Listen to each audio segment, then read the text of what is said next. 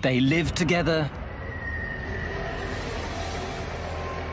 They love together. They kill together.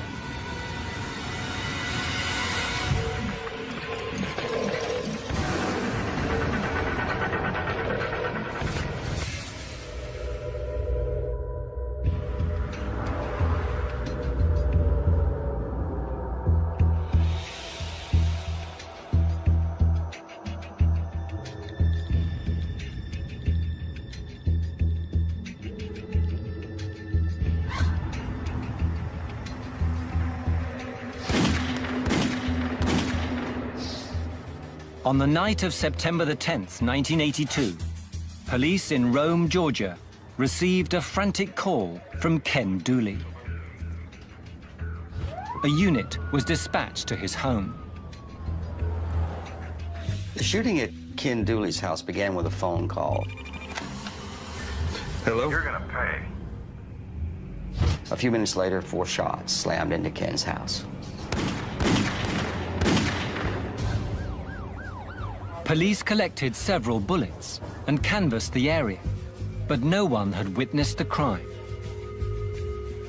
If it's a one-time incident, unless you know who committed the crime, unless you have got specific information about the vehicle leaving the scene, it's very difficult to later on identify who committed that crime.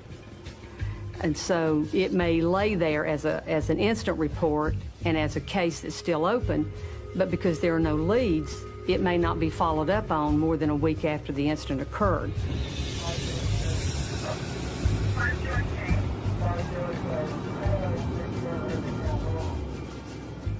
The following night,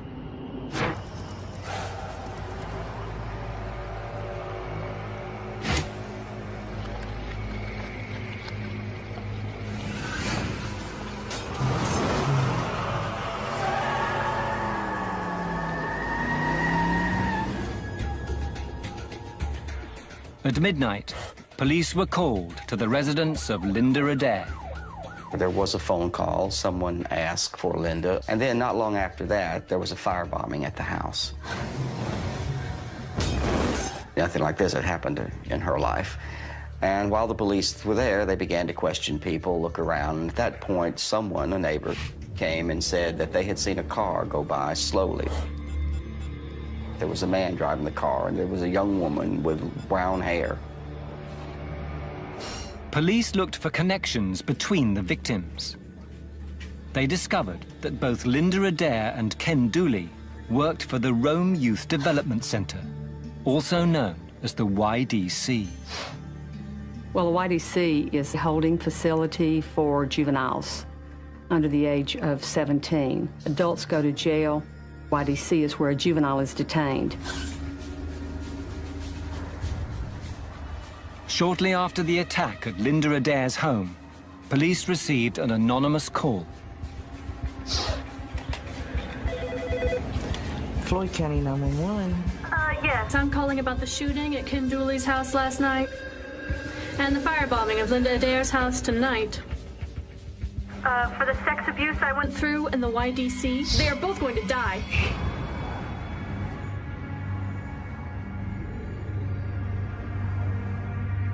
Ken Dooley and Linda Adair were brought to the police station the next morning to listen to a recording of the call. For the sex abuse I went through in the YDC, they are both going to die. Police questioned them about the accusations. These abuse claims were very thoroughly investigated. It was a serious accusation. There are a lot of girls in the YDC, and there are certainly occasions for abuse. They were not able to authenticate any accusations. With nothing more to go on, the case went cold. But less than 2 weeks later, things in Rome, Georgia, would heat up again.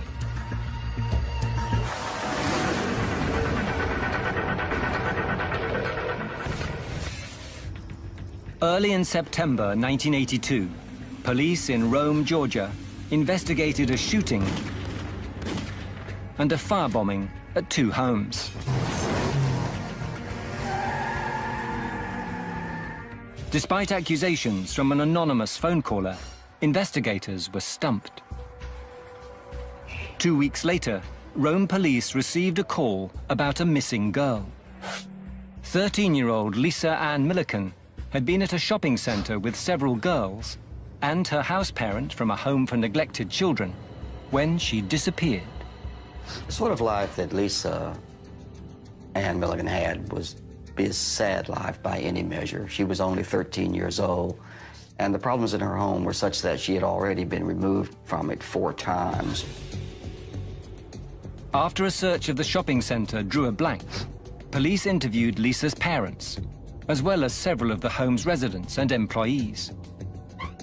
None of them knew Lisa's whereabouts. Because of the conditions of Lisa's life, and because she'd been placed in a girl's home, the police thought that she had certainly run away.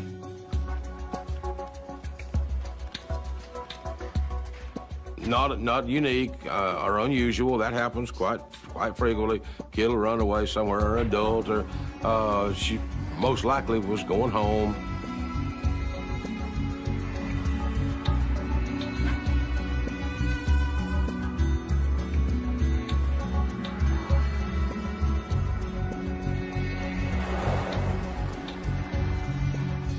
Three days after Lisa Milliken had gone missing, yet another anonymous call came into the police department. Y'all looking for Lisa Ann Milliken? I can tell you where she is. Go up to Little River Canyon in Alabama. Just as you cross the Little River Canyon Bridge, go up into the national park and look off this side of the canyon where there's a power line going across it. And look straight down the canyon. And you'll find her where I left her. It was a strange call. It really was. And I mean, you don't get people calling in very often saying, you know, you go to a certain place, you'll find somebody where I put them and I left them there. That's rare. That doesn't happen every day. The Rome police immediately notified the authorities in Alabama. Uniformed deputies were dispatched to that location, and I think they were accompanied by an Alabama state trooper. Initially, when they looked over into the canyon, they didn't see anything. They reported back that they didn't have any contact and left the scene. Police assumed the call was a prank. A day later, the DeKalb County, Alabama police received a call from the same woman. Go to the canyon where the power lines cross, and you will find a body with a bullet in it. DeKalb officers returned to Little River Canyon. But once again, they found nothing. I had left my car a little further than the rest of them. So when they departed, of course, I had to walk 5-6 minutes to get back to my car. And just on the rim of the canyon, there was a tree. And I reached out and got the tree with my right hand, held a flashlight in the left, and held my hand out over the rim of the canyon. I did. The spot of the light was right in the back of the young girl. If you walk up to the edge, you're looking down, but the edge extends out just a little bit, so when the body was thrown off or pushed off the canyon, it ultimately ended up sort of back up under the ledge. You had to actually lean out and look over to be able to see it. On September the 29th, 1982, Lisa Milliken's body was found, 56 kilometers from the shopping center where she had last been seen. We have a lot of evidence of killers who enjoy having their victims found so that they can see it reported in the newspapers, and because it helps them to glory in it. What good is it to have a victim that nobody knows about? So there's an added layer of feeling powerful and feeling as if you've taken a shot at the system. As far as that particular moment, I think everybody was shocked. We're, of course, in a small town in rural North Alabama, and it's just, you don't see those crimes around here. That's something that you always hear about somewhere else, and it was just a tragedy. Puncture wounds were visible on her neck, and she had been shot in the back. About 50 feet from where the body was, we found a hand towel, a white hand towel, and inside that was 2 or 3 hypodermic syringes, and there was a pair of blue jeans in that same general area. Police collected the evidence. An autopsy was performed on ᴊᴜᴜᴜᴜ's body, and the syringes and jeans were sent to a forensics lab for analysis.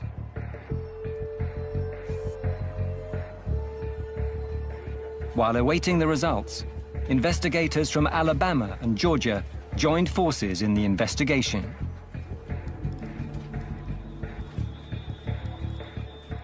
The authorities focused on the most promising piece of evidence, the recordings of the anonymous female caller. We had found a report had been filed back in September. It was a female caller reporting a firebombing and a shooting into a residence of some employees of the YDC there in Rome, much the same as what had called in our case. And we were able to retrieve those tapes, sit down and physically listen to both of them. It was the same person who had called about ᴊᴜᴜᴜᴜ. You know, you kind of think, well, you know, how does this hook together? Of course, it seems that the common denominator is the Youth Development Center. Sounds like a young girl. Lisa Ann Milligan's a young girl, so that's kind of where we concentrate on. Maybe the girls that we've gone through there in the last, you know, I guess immediate past. And then you start pulling all the puzzle pieces together. Then you're going to go to your juvenile records, and you're going to pull in information and look at information to see if anything might fit in as a part of this puzzle. And so I'm looking at youth that might have been angry, youth that might have a reason to want to get back at the system. Anybody that's got that kind of grudge, I start looking through my files. And I start looking at all my cards and my case files, and I pull that information out. And one of the names that stands out is Judith Neely. Judith and Alvin Neely. Judith and Alvin's name stand out to me because of what they did previously, but because of their mobility. And because they hadn't been just to Rome, but they had been to other cities and they traveled around. They were separated here. Her children were removed from her here. She had been in the YDC here. They had the opportunity and they had the ability to move around freely to do these different things. Judith Neely was born Judith Adams on June the 7th, 1964, in Murfreesboro, Tennessee. Judith Neely's early life was typical of girls of her age in the Southern working class. She was a good student. There was no reason to believe that her life would not go quite well, and that she would have a good, solid, ordinary life. But when Judith was 9 years old, her father died in a motorbike accident, shattering her life. This changed the circumstances of the family quite a bit. From now on, things deteriorated and spiraled down. Judith's mother adopted a highly uninhibited lifestyle. She spent her days meeting men over her CB radio and inviting them over for sexual trysts. Her mother's behavior did not go unnoticed by the young and impressionable Judith. Her mother appeared to have been a very promiscuous woman. If Judith was a reactive sort of personality or overly sensitive, she could have felt neglected, she could have been angry, and she could have stored that anger away until she could herself take it out on somebody else. Alvin Neely's childhood was very different. Alvin Neely's early life was rather charmed. He was loved by his family. He did not have an abused childhood whatsoever. He was greatly liked in school, greatly liked by both his teachers and his fellow students. He lived a very good life. Even so, he turned to a life of crime. Alvin was a sort of a petty criminal, I would say, nothing really serious. I think he was the type of person who just simply never got up in the morning and asked himself, how can I make an honest living? I think he could have lived his life in small cons, writing bad checks, skipping out on rent, robbing convenience stores, those kinds of crimes. It was during one of her mother's liaisons that 15-year-old Judith met Alvin, 11 years her senior. He said that the minute he saw her, he fell absolutely in love, that sparks absolutely flew. The same seems to be true of Judith. He offered her this sense of an older male who had figured out a way to buck the system and to live a life that she saw as exciting, a life of crime. Judith soon became pregnant. On July the 14th, 1980, one day before his 27th birthday, Alvin and 16-year-old Judith married in Georgia. The couple lived in several motels and robbed general stores as they moved from town to town. Their relationship became an outlaw relationship, one forged in an outlaw life, which they both romanticized. There was nobody to act as the parent and say, enough is enough. And as a result, they just continued to do what they were doing. Typically for people who repeat their crimes, especially if those crimes are exciting to them, they get addicted to a certain pattern. They want more. They're getting away with things. So pretty soon, that's not enough. And they get more and more aggressive. The Neelys first came to the attention of the Rome authorities in the autumn of 1980.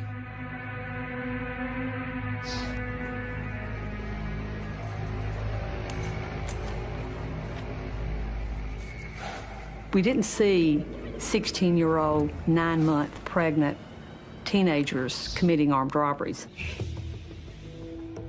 The following day, Judith was arrested for trying to use a stolen check. She was placed in the YDC. You're more likely to see a man committing the offense and maybe a female is in a secondary role. But in this case, Judith Neely was the primary aggressor and very much 9 months pregnant. In fact, she gave birth 2 days after the robbery occurred. Custody of Judith's newborn twins was granted to Alvin's mother. I remember thinking, wow, this young girl, oh, golly, I mean, how was she raised or what's happened to her in life? Because she was venomous.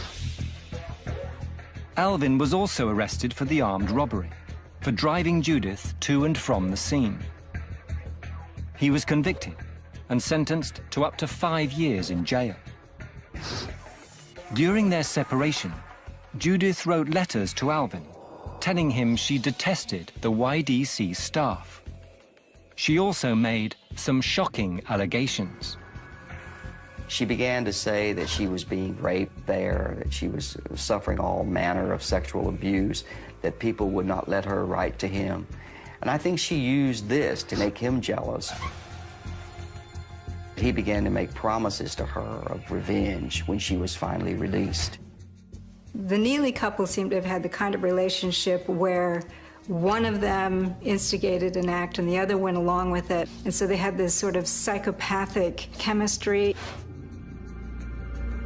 She was an angry young woman, yet she could manipulate so well. Judith was released in November 1981. Alvin followed in April 1982, and the two resumed their life together. They began to fancy themselves as a criminal couple. They drove around in 2 cars, communicating by CB. He was Night Rider, she was Lady Sundown. They were vagabond criminals looking for that sort of hole-in-the-wall gang atmosphere, some place that they could go and live out this criminal fantasy. Their fantasy life soon gave way to some very dark thoughts regarding the Youth Development Center. she had made these terrible accusations, Alvin had responded with visions of revenge. They had goaded themselves up to some kind of vengeful action against their enemies in the YDC. And when you've talked it and talked it and talked it and talked it, you finally have to do something. And so they did. In this case, we have a person driving it who's also very angry and wants to hurt other people. And so it's not surprising to find that they're emboldened by the petty crimes to now commit much more extreme violence. Judith and Alvin's deviant behavior escalated to terrible new heights with the abduction and murder of Lisa Ann Milliken. Why these acts turned into murder has to do with the continual effort to prove to each other that they are outlaws. So one act leads to another, but that next act must be somewhat worse. And then the next act, somewhat worse. And the authorities feared that the Neelys' recent crime spree was just the beginning.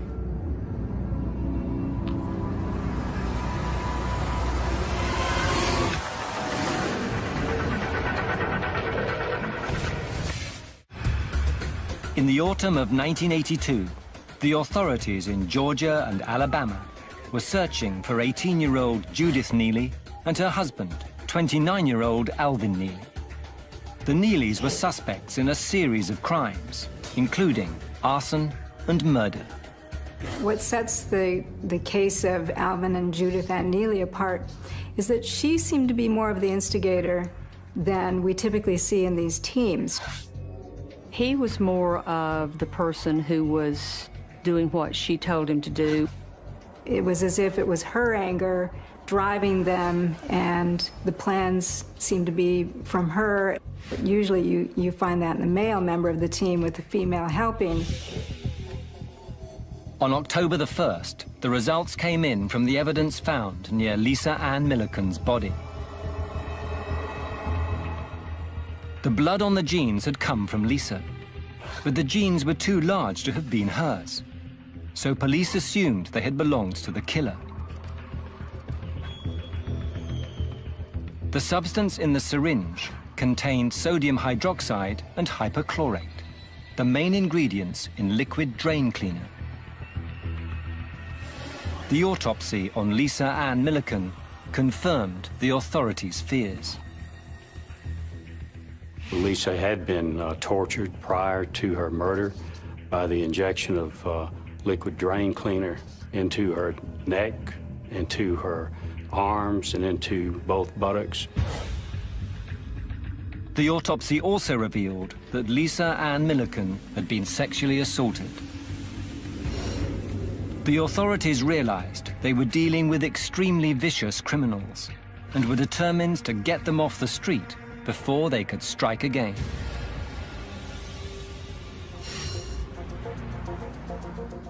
On October the 3rd, reports came in to the Rome Police Department about a woman matching Judith Neely's description, who'd been accosting and attempting to pick up young women and girls. We began to look at the attempted pickups, the attempted abductions, and it was pretty obvious to us at that point that, we had the potential of a serial killer on the loose.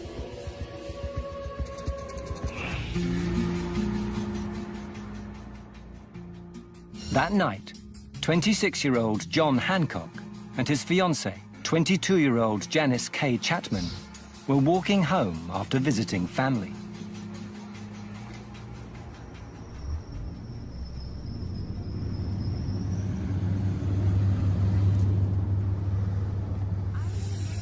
The way Judith lures people into her car is by playing the small-town girl in a new town.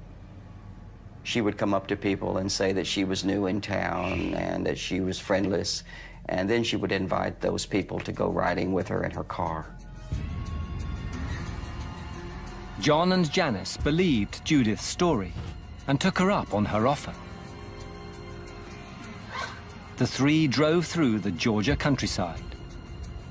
During the course of the drive, she gets into contact with CB radio with someone who's called Night Rider.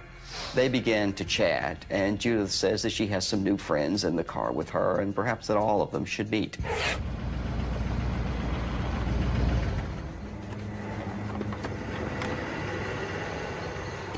John, just hold up for a second. Oh, okay. You got it in control now. Hey, John. Yeah. Come here. Okay. After they all meet up, they split up. John goes with Alvin. Janice goes with Judith. The decision is made to try to find some moonshine to liven things up for the evening, and they head out into a more deserted area to look for that. Judith and Janice followed Alvin and John. During that ride, John needs to go to the bathroom. He asks Alvin to pull over, and Alvin does.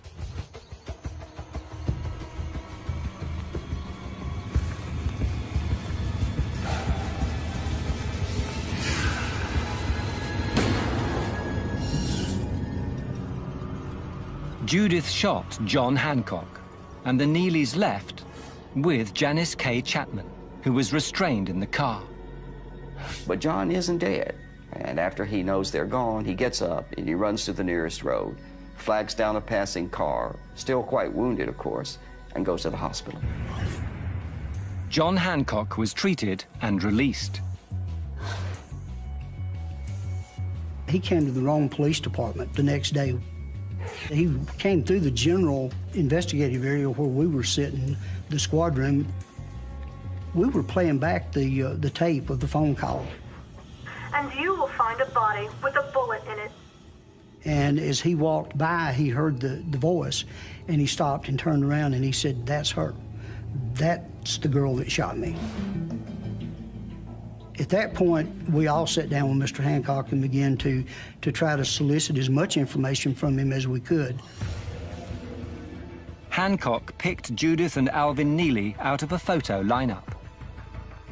At that point, our investigation turned to the point of, we've got them identified, now let's find them. We still had a victim, Janice Chapman, that had not been located. Our primary focus at that time was two things. Number one, we wanted to locate Janice Chapman, try to get her to safety. The other thing was to locate Alvin and Judy Neely and get them off the street.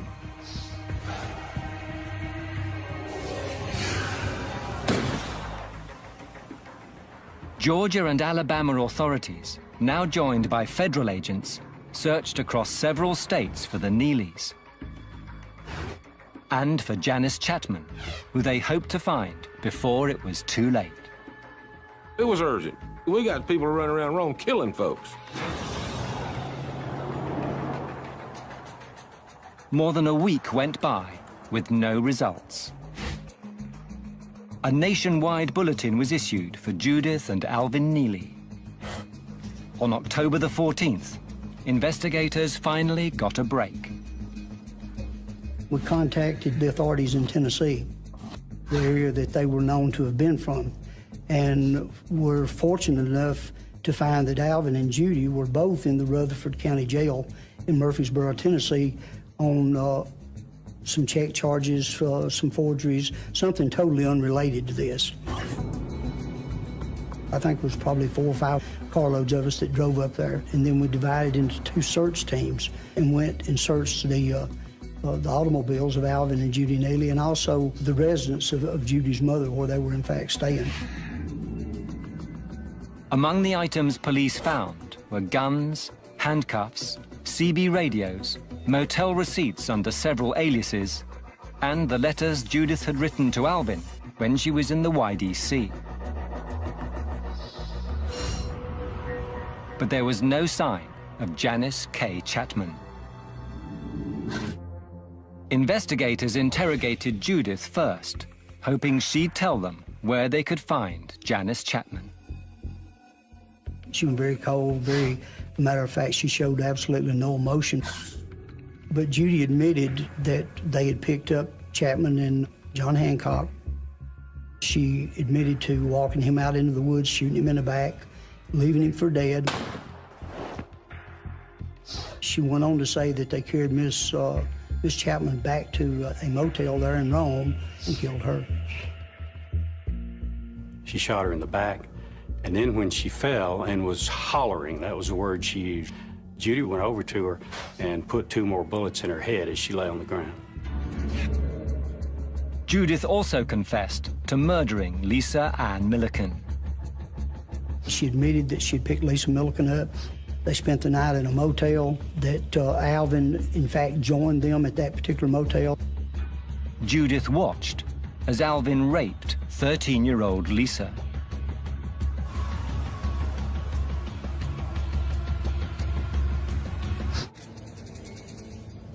Judith Neely seemed to have a condition where someone gets excited at watching another person be violent. Judith Neely might have enjoyed watching her husband raped, either because she just liked to see that kind of violence against another woman, or because there was an element of self-hatred in it where she could envision herself as the woman being raped. Judith Neely tried to kill Lisa 7 different times. She injected her 6 times with a solvent used to clean drains, but that didn't work.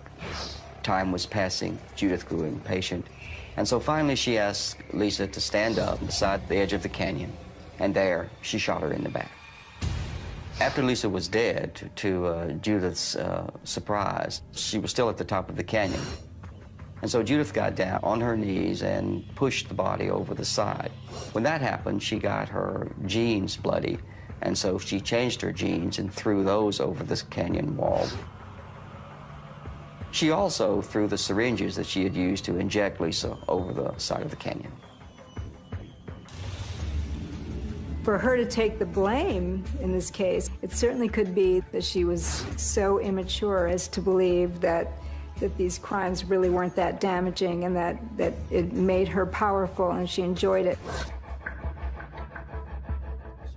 Alvin Neely corroborated Judith's story and provided police with the location of Janice Chapman's body. They found it exactly where he said it would be. She had been shot 3 times. Alvin Neely gave me the impression of being a big old lapdog. IQ-wise, I would say she was double or triple him.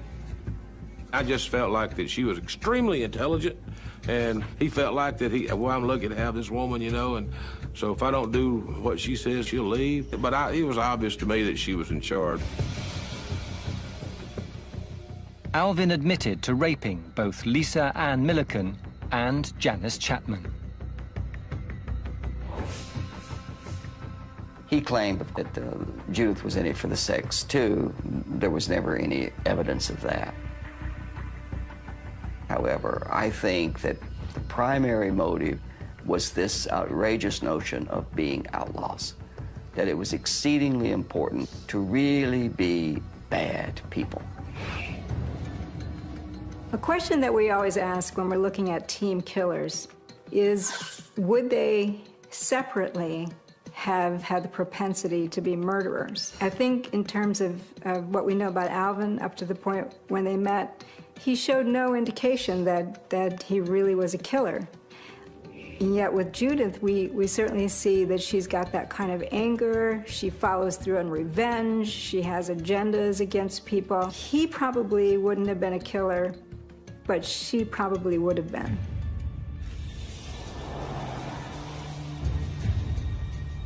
On October the 16th, just over a month after their crime spree had begun, Judith and Alvin Neely were extradited to Alabama to face charges in the death of Lisa Ann Milliken. We never had any evidence or proof that he committed a crime in our jurisdiction. I think it was a power thing for Judy. She wanted to be in charge. She wanted to let somebody know that she had done it, and it was her way of saying, here I am. But faced with a 3-count indictment of abduction with intent to harm, abduction with intent to terrorize and sexually violate, and murder, Judith applied for youthful offender status in the hope of avoiding a death sentence. Had she been granted that status, her maximum punishment would have been 3 years only. After considering Judith's past criminal history, as well as the shocking details of Lisa Ann Milliken's death, the court denied the motion.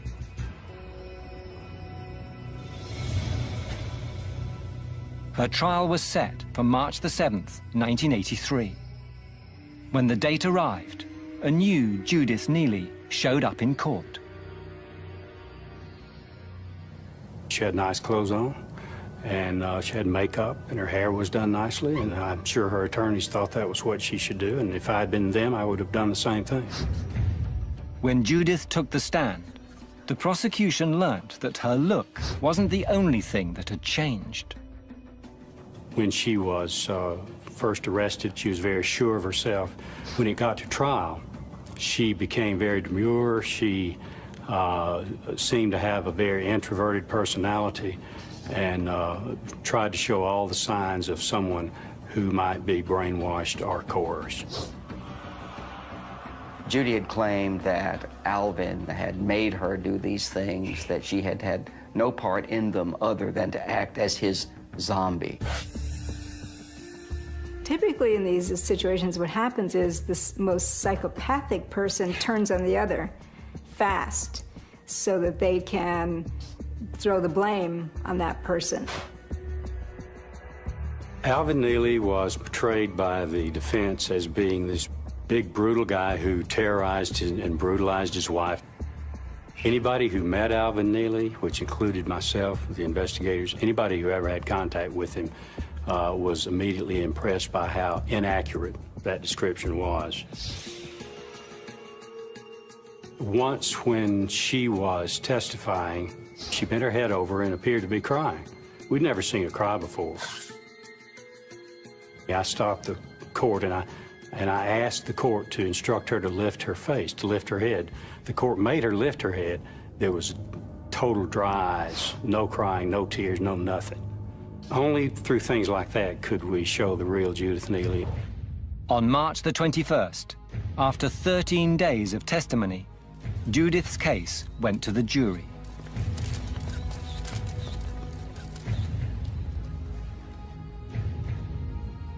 The next morning, they returned a verdict. Guilty on all 3 counts. They recommended a sentence of life in prison. Under Alabama law in a death penalty case, the jury returns a verdict and recommends a punishment. The judge must make the final decision. The judge rejected the jury's recommendation and sentenced Judith Neely to death. It was the judge's determination that if you couldn't execute Judith Neely in the state of Alabama for the crime of which she had been found guilty, you couldn't execute anybody. The only time I ever saw true tears from her was when the court handed down the death sentence. Then she cried. At the age of 18, Judith became the youngest woman in America ever given a death sentence. But the twisted saga of Judith Neely wasn't over yet.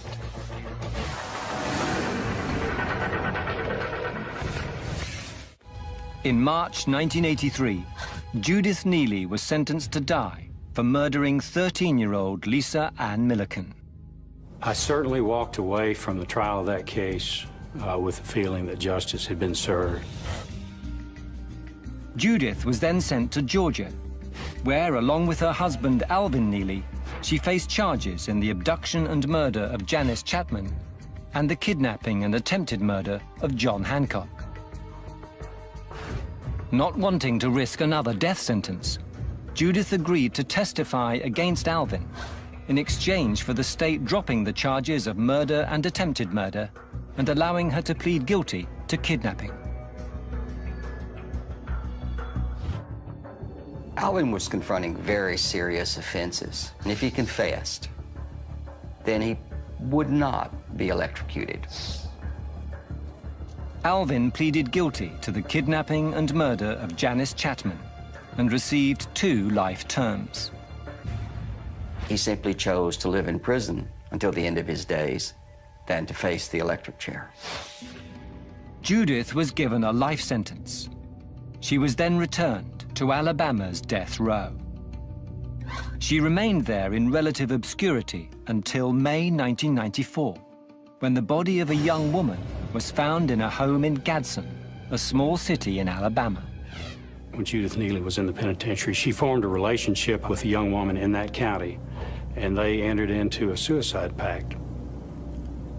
This was not discovered until the body of that young woman was discovered, and she had left notes, messages, letters from Judith Neely.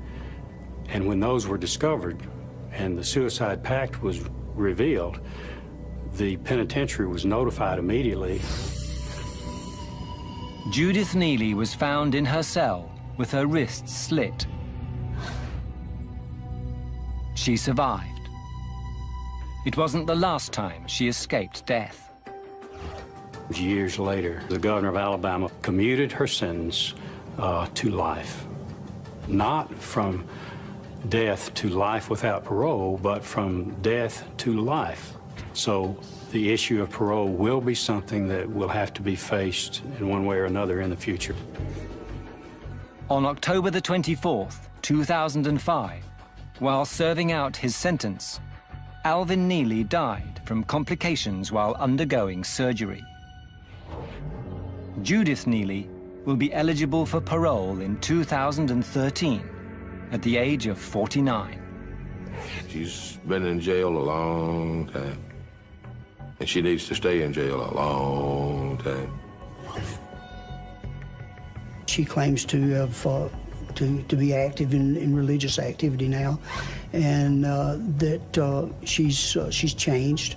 But that's the same song that most people that go to jail sing. In my opinion, Judy Neely is probably one of the most dangerous women in 1982, and I think she probably still is today. If somebody were to say, do you have any examples of a woman who really was a killer, a cold-blooded killer, she springs to mind pretty fast. Despite the fact that she may have a lower victim count, the aggression, the anger, the manipulativeness, and the cleverness of what she was doing does stand out. But I also think because Alvin was much older than her and much more experienced, had been to prison, had done a lot of the petty thefts, that he was probably the dominant partner in terms of how they got money, the fact that they ran around as much as they did, and so each had a part in how they operated. There are certain relationships that simply combust into some kind of fiery element. And I think that's what happened in the case of Mr. and Mrs. Neely. And I believe that if they were to have met in a corridor or in a jail somewhere long after